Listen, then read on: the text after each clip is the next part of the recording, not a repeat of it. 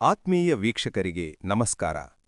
ಇಂದು ನಾವು ಪ್ರಕೃತಿಯ ಮಡಿಲಲ್ಲಿರುವ ಮತ್ತೊಂದು ಅದ್ಭುತ ಸಂಜೀವಿನಿ, ಆಯುರ್ವೇದದಲ್ಲಿ ರಕ್ತಶೋಧಕ ಅಂದರೆ ರಕ್ತವನ್ನು ಶುದ್ಧೀಕರಿಸುವ ಮಾಂತ್ರಿಕ ಗಿಡಮೂಲಿಕೆ ಎಂದೇ ಪ್ರಸಿದ್ಧವಾಗಿರುವ ಮಂಜಿಷ್ಠದ ಬಗ್ಗೆ ತಿಳಿಯೋಣ.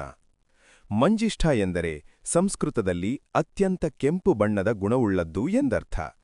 ಹೆಸರೇ ಸೂಚಿಸುವಂತೆ ಇದು ನಮ್ಮ ದೇಹದ ರಕ್ತವನ್ನು ಶುದ್ಧೀಕರಿಸಿ ವಿಷಕಾರಿ ಅಂಶಗಳನ್ನು ಹೊರಹಾಕುವ ದಿವ್ಯ ಔಷಧ. ನಮ್ಮ ಹಿರಿಯರು ಈ ಗಿಡದ ಬೇರನ್ನು ನೈಸರ್ಗಿಕ ಬಣ್ಣವಾಗಿಯೂ ಮತ್ತು ಚರ್ಮದ ಸೌಂದರ್ಯವನ್ನು ಹೆಚ್ಚಿಸುವ ಸಂರಕ್ಷಕನಾಗಿಯೂ ಬಳಸುತ್ತಿದ್ದರು. ಪ್ರಕೃತಿಯ ಈ ವರವು ದೇಹದ ಆಂತರಿಕ ಆರೋಗ್ಯ ಮತ್ತು ಚರ್ಮದ ಕಾಂತಿಯನ್ನು ಕಾಪಾಡುವಲ್ಲಿ ಅದ್ಭುತವಾಗಿ ಕೆಲಸ ಮಾಡುತ್ತದೆ.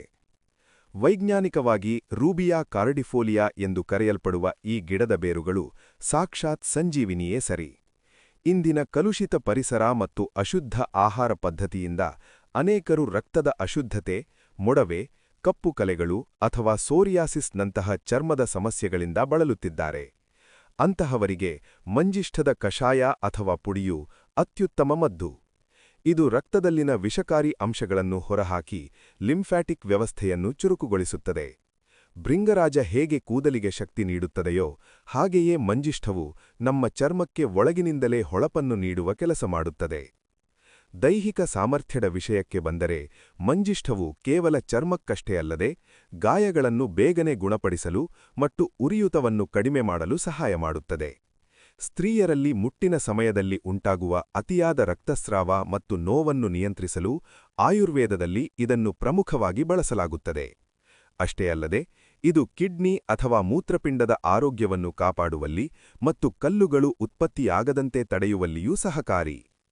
ಪ್ರಕೃತಿಯ ಈ ಅಮೂಲ್ಯ ಕೊಡುಗೆಯನ್ನು ನಾವು ಸರಿಯಾದ ಮಾರ್ಗದರ್ಶನದಲ್ಲಿ ಬಳಸಿದರೆ ಯಾವುದೇ ಅಡ್ಡಪರಿಣಾಮಗಳಿಲ್ಲದೆ ಆರೋಗ್ಯವಂತ ಮತ್ತು ಕಾಂತಿಯುತ ಜೀವನವನ್ನು ನಮ್ಮದಾಗಿಸಿಕೊಳ್ಳಬಹುದು.